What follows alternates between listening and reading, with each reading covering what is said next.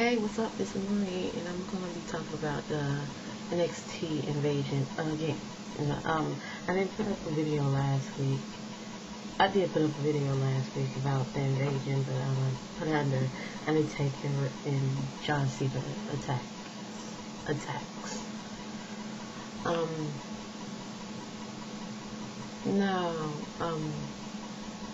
and also I'm talking about the Bryan Danielson situation as well.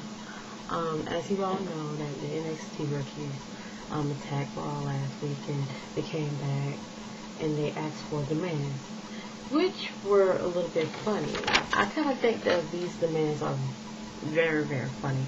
They asked for WWE contracts. They asked for their own private dressing room and first class flights. Yeah. You are only rookies. Unless you're making the big bucks, you would not get no money like that. Now, I understand that your guys trying to make it big, and you are the future stars of tomorrow. Yeah, I understand that. But the thing is, you have to get fame first. You know, y'all was on an NXT show that only made the highest was a 1.5. Am I right? I might be right. You know, you made more than, you made a good rating more, you made better ratings than TNA. But you don't deserve all that. Not as of now. You probably deserve that probably 3 or 4 years down the line. I think that you guys are going a little bit too far with some measurements and stuff like that. Also, I mean, beating up the ring announcer, and I mean, I would say it was classic. It's one of the classic moves of WWE put together within the past 10 years. But I'm just saying, like, I think that you guys need to think outside the box.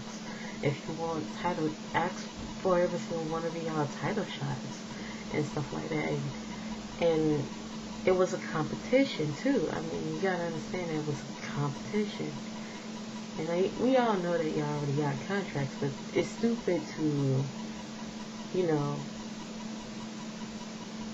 think y'all can do all that. But other than that, I mean, it was funny. You know, I'm laughing at the whole situation about the NXT Rookies, and it dawned on me that, you know, y'all wouldn't have made it unless Bryan Danielson. What I'm actually upset with about the Bryan Danielson situation is that, you know, he probably didn't much know about this rule, and they let him go anyway. But when you're looking at the tape again, we had several of the NXT rookies choking him with the rope, with the ring, with the ring, you know what I'm saying? What about, like, people making other wrestlers that put other wrestlers in critical condition? What about slamming people through hard steel cold floors and stuff like that? If you're gonna fire someone, you know, I think it should be over plausible reasons, and they meant it, you know what I'm saying? But I don't think he meant what he was doing, you know.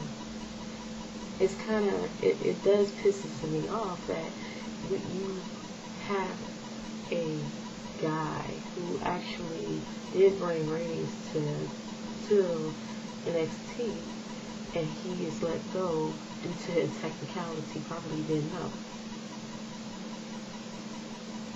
It does make me a little bit upset.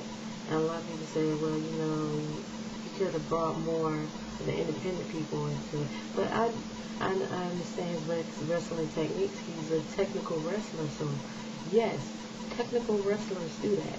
And plus, plenty of times, if you want to, I mean, I understand that WWE don't really bring it up, and they don't want to talk about it, he was the best technical wrestler I see as of after, Kurt Angle and, the whole, Chris Benoit, and it's hard to see someone like that go. So, I mean, WWE has made a terrible, terrible mistake by letting Bryan Danielson go. It is upsetting. I did want to see the storyline fear up and all that other stuff. Back on to the invasion. It's very, I think, if you would have made a storyline a little bit far, I think it's a known based on storyline. They want more, but they get less, So, if you want to go on strike, then go on strike, okay? Never mind,